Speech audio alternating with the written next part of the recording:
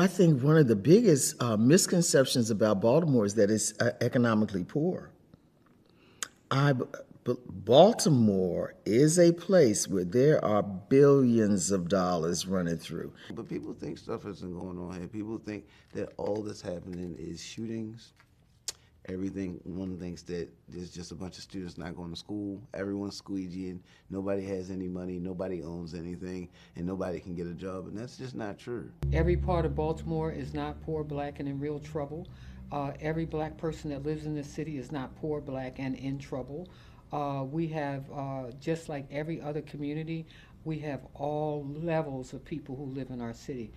There are people who are struggling, absolutely. There are neighborhoods that are depressed, yes.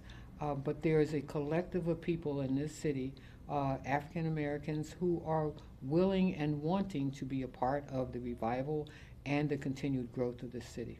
Biggest misconceptions about Baltimore is that we're sort of like this, backwater, small town sandwiched between New York and DC. Baltimore is a real city. It's a tough city.